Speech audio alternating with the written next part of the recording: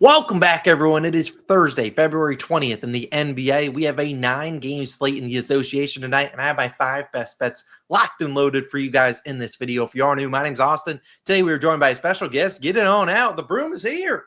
Yeah, we won't want to know yesterday in the return from the NBA. We don't want to know. We're normally not bringing out the brooms. But, hey, we'll take it. LaMelo Ball came through for us in the fourth quarter. A beautiful, easy 1-0 day. Let's hopefully move on, and let's have a 5-0 day on Thursday. Like I said, 9 games on tonight in the association. I'm going to dive into my favorite picks. We have 4 player props. We have a parlay. And then if we have some time, maybe we'll touch on some of the other games or maybe a couple other picks that I looked at. Obviously, first real day back from the NBA. We don't need to be forcing all of our units onto the board, but I do like the card we have cooked up. We're going to dive into those picks in just one moment. At the end of the video, I'm going to throw a lot of them together into a play to try to turn $20 into over $225.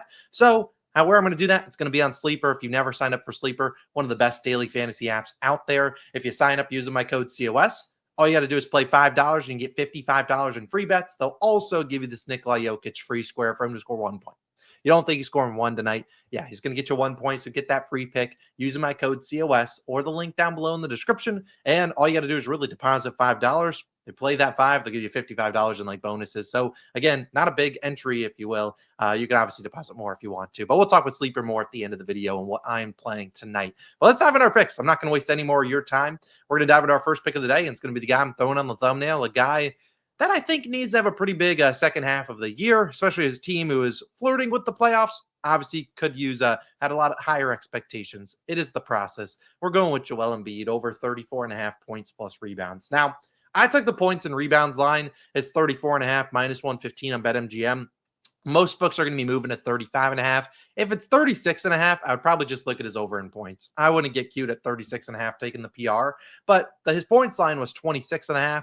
And the PR was 34.5, which I found a little bit weird. So I took the PR because I think Joel Embiid could go out there and get us, 8, 9, 10, maybe more rebounds. Do I think he gets like 15 rebounds? Probably not. But I do think that he can get enough rebounds to make it worth taking the rebounds in there. But again, Joel Embiid's going to need a lot of points tonight as him and the Sixers play host to the Boston Celtics. They're about 7-point underdogs here. Now, Joel Embiid obviously has dealt with his fair share of injuries this season, but he's absolutely dominated Boston, most notably on the glass, actually. His last 5 games against Boston, 12, 13, 10, 9, and 9 rebounds. So, if he gets his 8 or 9, I feel pretty good here.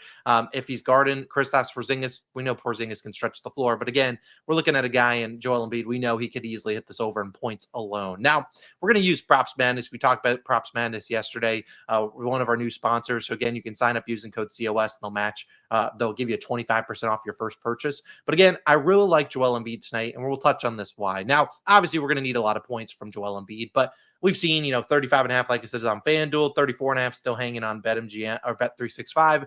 Again, Joel Embiid's been really good this season. Now, we know he dealt with some injuries early on. He's been dealing with injuries all season long, but his last 14 games, over an 11-14, very good. 2 of the games he missed, 1 game against the Pacers. He got injured in this game, played 17 minutes. Another game against the Spurs, 14 minutes, got injured again. A game here against the Celtics, only plays 31 minutes, but again, goes over 9 rebounds, 27 points. Maxey scored, I think, 33 there. Caleb Martin scored like 21, 23 points. So again, well, we've seen him. He's just an absolute beast. And honestly, the rebounding has been pretty good recently. We've seen him actually be pretty aggressive on the glass in his last 6 games, which is obviously good. But more realistically, you're going to need a lot of points. So we know Joel Embiid, one of the best players in the NBA. We know, obviously, not the best matchup in terms of, he's going to cook them, but they're not going to double team. I'm sure you could see, they're not great at giving up free throws, pick and roll, man. I'm not worried about any of that. In isolation, we know that's where Joel Embiid does majority of his work. So again, I'm not too concerned about those matchups saying, they're very good at limiting free throws. He's at home. We'll probably get a couple more calls. He's absolutely dominated the Celtics in the past, dominated Kristaps Porzingis in the past. I'm not too worried about it. Give me the points and rebounds. I don't want to involve assists because Celtics don't give up a lot of assists. They stay home on spot-up shooters. They're going to live with Joel Embiid going one-on-one on them. Unless he gets everyone in foul trouble, then maybe we start sending some double teams his way. But again, I really like the points here tonight. I really like the rebounds as well. I think it's a great spot for Joel Embiid, the process to get going. Back from the All-Star break, we've seen him return from injuries and been good. So I'm not too worried about him finding rhythm. He's had to do it plenty of times this season. I just don't think Kristaps can guard him, if we're being honest. So I'll take Joel Embiid over 34.5 points and rebounds. If the line bumps to 36.5, just take the over in points. Don't worry about it. I think Joel Embiid comes through tonight. My second play is going to be another star, and then we're going to dive into a couple unders and a parlay. It's a guy that might not play tonight, so if he doesn't play, just skip on forward to the other 3 picks. That's the Greek freak, Giannis Antetokounmpo, 30-plus points, minus 130 on FanDuel, a 1-unit play. Now, you see I put 30-plus instead of like over because I am taking the milestone number 30-plus, which obviously is available on a lot of different books. Now, if you're on Sleeper or PrizePicks or Underdog Fantasy, they might give you the option to take 30-plus. Some of those books, like honestly, some of the DFS apps have become more versatile and giving you a bunch of different alt line options. Obviously, I still like Giannis at 30.5 points. The only reason I did 30-plus is because he has landed on 30-plus points 4 different times this season. And there's a chance he comes back on a minutes restriction tonight. I'm actually not too worried about him at home facing the Clippers. Now, obviously, the Clippers are a very tough matchup for most guys, but this is Giannis Antetokounmpo we're talking about, and he has absolutely destroyed the Clippers in recent memory. In fact, he's over this line in 4 straight games against the Clippers. He's absolutely destroyed them, scoring 54, 35, 34, and 36. We took his over in the first matchup against these 2 teams. Actually, did the over in points plus assists, only got 1 assist. And it was actually very telling how they played him and defended him one-on-one and how they played defense on him. They actually had Ivica Zubac playing one-on-one defense on Giannis. Now, wasn't the worst strategy in the world because it did lead to a win, but it led to a lot of looks where I would really like Giannis to continue to take these looks. And I'll kind of show you exactly what I mean in terms of one of the kind of how they were defending him one-on-one. Here, I'll pull up just one clip from the game. NBA, don't restrict my video. I promise. We're just having some fun out here.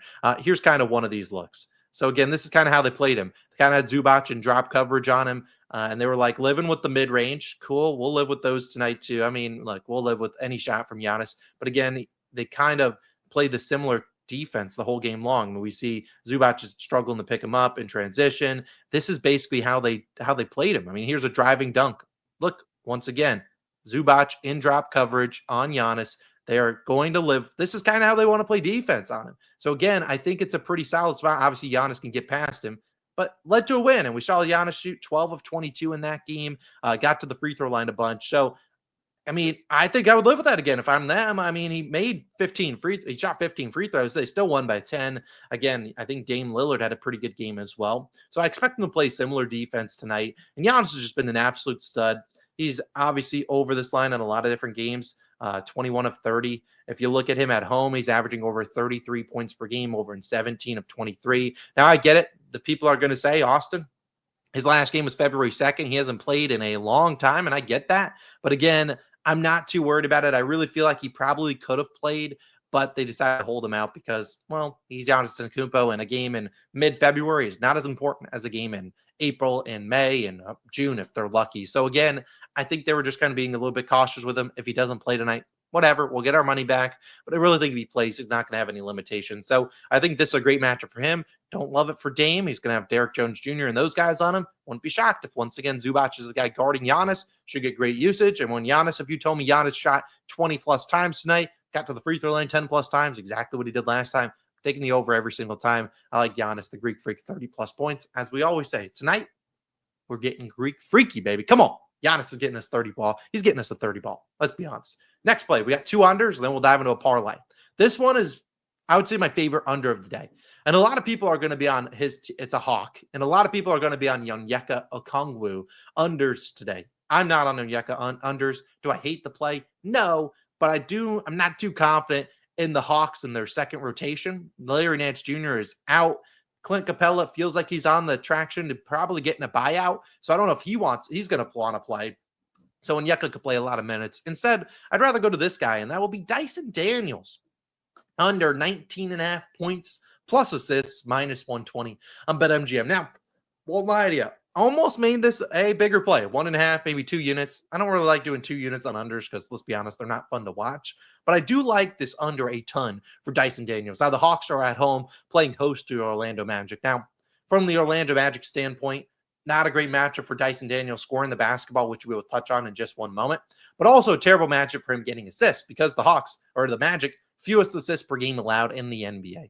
So I don't love the upside for him in the assists, which he has had upside recently, But again, we've seen Trae Young should be active tonight. He's probable. And what I really like is Karis LeVert for this under. Karis LeVert's in the lineup now too, coming off the bench. So when Dyson was really becoming more of a facilitator, it was with the second unit with no Trae Young.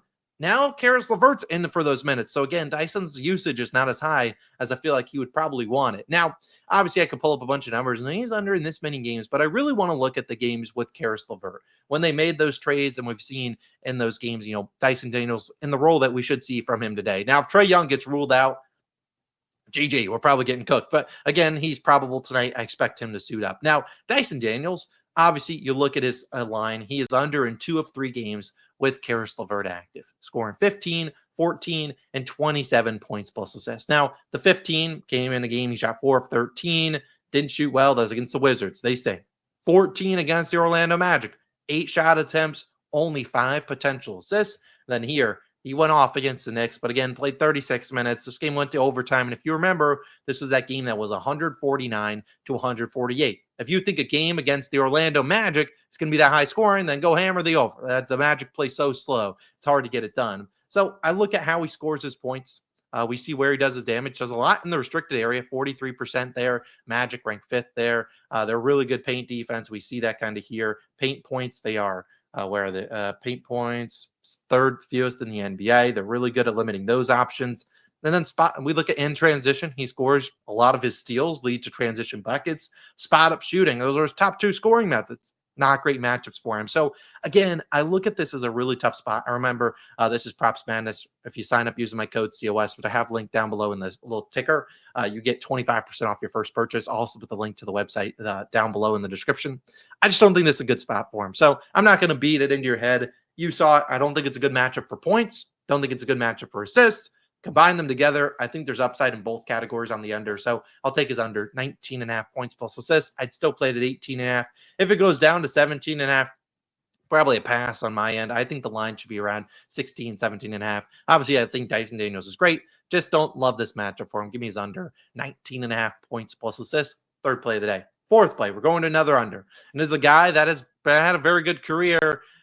Chris Paul, give me his under 7.5 assists, -110 on BetMGM. I'd play this to about -130, -135. Probably not touching it at 6.5. Really like his under, though, tonight. As the Spurs technically play host to the Phoenix Suns. However, we'll touch on this a little bit more. This game is being played in Austin, Texas, home of the Texas Longhorns. It's like a weird neutral site, weirdo type game. I think they did it last year. So again, the Spurs technically aren't at home. Will their home crowd be there? Probably. Because San Antonio, not a far drive away from Austin. I think it's an hour and a half, if I'm not mistaken. But again, not on their normal court, so probably see shooting percentages dip a little bit. Also, first game back from the All-Star break, shooting percentage is probably going to dip a little bit. But why am I fading CP3? Now, the main reason I'm fading him is honestly not the best matchup, not the worst. It's not like a Dyson Daniels where I think it's a terrible matchup for him. Suns are an okay-ish matchup. They're about middle of the pack. They're not a great one, not a bad one. But I really don't think this is a great spot for CP3. And I think we could see him lose some minutes tonight, which is why I really like the under and assist. Now, first and foremost, we need to touch on the injury report for the Spurs. Victor Wembanyama, you guys know who he is. He is currently doubtful with an illness. Could he be upgraded throughout today? Maybe, but he is doubtful to play tonight. So even if he does play, not going to be 100%. So will he be as energized as normal? Probably not. CP3, where do the most of his assists go to? Victor Wembanyama. And obviously, we look at CP3. He's been good this season. If you're just based on hit rates, you'd be like, Austin, this is a crazy play to take.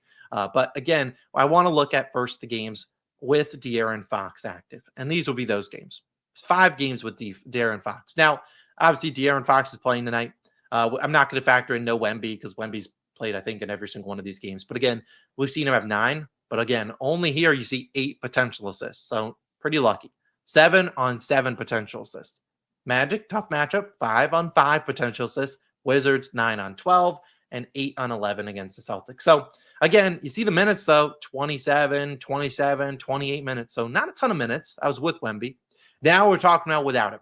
And we talk about this matchup against the Phoenix Suns. Now, what do the Suns have? A lot of great guards. Bradley Beal active. Tyus Jones active. Devin Booker active. Kevin Durant is his own beast. But again, I just gave you a couple guards, and mostly Bradley Beal and Devin Booker. Very good. Do we really want CP3 trying to defend one of those guys? No. We really don't. And so when I look at that, I could see CP3 maybe losing a little bit of minutes to their rookie, Stephon Castle, coming off the All-Star break. Probably loved that break where he did get involved in All-Star weekend, was on the dunk contest and things like that. But again, I feel like a rookie, sometimes that All-Star break is good for him. They kind of get to readjust and get acclimated back into the NBA. It's just kind of a weird thing. A rookie, you're not used to playing this many or sort of games repetitive over and over and over again. So I think Castle, that break will be refreshed and could come in here. He's also a great defender. So again, you're probably going to want him out there to go up against Bradley Beal, Devin Booker, and those guys. So I look at a guy in CP3 we just touched on. The potential assists haven't really been there. The matchup, you look at matchup 14th in assists allowed. We've seen other point guards against them. I mean, as of recent February, not at the biggest assist games. Anthony Simons, more of a scoring guard. Again, Steph Curry, not a big game. I look at these guys. These are more, guys that I feel like could probably score a little bit more. So maybe you're a little bit more paying more attention to them. But CP3, they're going to live with them beating them one-on-one. They will live with that. I just don't think this is a great spot for CP3. No Wembanyama could potentially lose minutes to Castle. I just see those two things working against him here. He obviously could get 8 assists. It's not crazy. He's Chris Paul, one of the best point guards of all time, but I just don't think this is a great spot for him. So I think he's under an assist at 7.5. And then my fifth and final play of the day will actually be a parlay. And I don't know if I have the graphics set up correctly to frame this. Yeah, whatever. My graphics is a little bit off. You sue me. It's 2-leg parlay. First leg's Kevin Durant, 20+ points. Second leg is Jamal Murray, under 2.5 3-pointers, -101 on FanDuel, a 2-leg parlay. Now, I'm not going to touch on Durant a ton. He has not scored 20 points in only 3 games this season. Technically, one was against the Spurs, but he got injured in that game, only played 16 minutes. He is about as auto, 20+ points as you can find. Also, returning back to Texas. Does he ever play back in Texas? No, in terms of playing at his old alma mater where he spent his college career. What did he play? 1 year there? So not big time, but again, it's Kevin Durant, 20+ points, pretty confident he can get us 20 in this spot where I honestly don't think the Spurs have a guy that can guard him. As for the main leg here, Jamal Murray under 2.5 threes. Now, this has been a play we've taken several times this season, and it's been pretty good to us. In fact, unders and threes, I believe, are our most profitable market, at least win percentage wise, one of our most profitable markets. So again, I see a lot of value in taking the under and threes here for Jamal Murray. Now, Jamal Murray, obviously, we know he is capable of making more than 3 threes. I'm not an idiot. In fact, in his last game, he made 7. And we know that was that game he scored 55 points. If he's going off and go nuclear, obviously, he's going to keep shooting them. So I'm not too worried about that. Played 42 minutes there. Now we're playing the Charlotte Hornets. Now, the Charlotte Hornets, they give up some spot-up threes, but are pretty good at limiting the pull-up threes, which we'll touch on in a second. But again, the Hornets on a back-to-back, as you see here, 16-point spread. So obviously, they probably don't need him. And what I also like to see is the Nuggets are getting healthy. Michael Porter Jr., probable tonight. Christian Brown, he's going to play. He's played pretty much every game. Russell Westbrook, probable. Aaron Gordon, probable. Jokic, probable. Jokic can play. So again, with the full lineup in there, he's under in a lot of games, 17 of 22. Obviously, he's capable of getting hot, but the volume is not great. I mean, in this game, 4 threes. This game only shoots 7, but gets 25 shots. This game against the Bulls, 5 threes. 5 here, 6, 3, 6 here, 7. Doesn't shoot a ton of threes. It's not really his bread and butter. We know where did you want to get to that mid-range. That's where he wants to do majority of his damage. And you look at him, does he shoot 32% of his points from the above the break 3? Yeah. The Hornets, not the best matchup there, 9th. In fact, they give up the 2nd lowest field goal percentage on pull-up 3-pointers. Pretty good for us. And we just saw these two teams. I'll eliminate all these guys playing. But again, these guys active. There's probably not Jamal Murray doesn't need to be as aggressive shooting the basketball. We've seen head-to-head wise, they played earlier, just in February 1st. 1 3-pointer there on 6 3-point attempts. Again, Russell Westbrook didn't play there.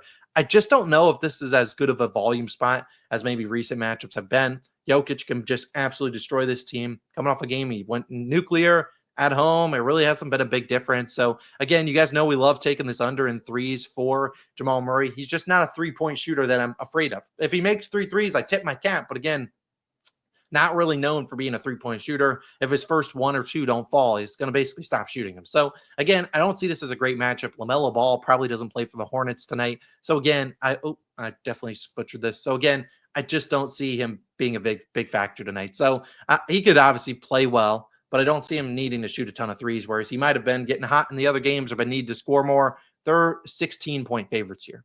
This could be a blowout. Wouldn't shock me. I don't know if he needs to be as aggressive. Give me his under in threes, parlayed with Kevin Durant, 20 plus points, nearly plus money, minus 101 on FanDuel. I'll play that once again for 1 unit.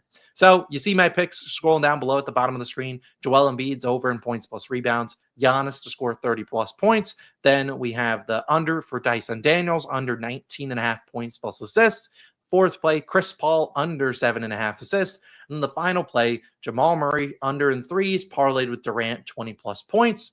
Those are my 5 picks. Will we add one? Maybe. We'll wait to maybe look at the injury reports on a couple of these games, most notably that Portland and LA game. We'll stay tuned for that one. But either way, those are my 5 picks today. I won't dive into the other games. Those are the 5 picks. If you're curious about the ladder challenge, that'll probably return on Monday. And again, if you want to use that code COS, you'll get 25% off your first purchase on your purchase on Props Madness. I've talked about it before. Best research tool out there for the NBA. There's a reason I use it in every single video. I wouldn't partner with a tool that I don't like to use. And Props Madness is one I use every single day without fail, unless we're on the All-Star break. Either way, those are my picks. Have a great Thursday, and I'll see you guys back again tomorrow, hopefully with the broom out. See you guys then. Peace.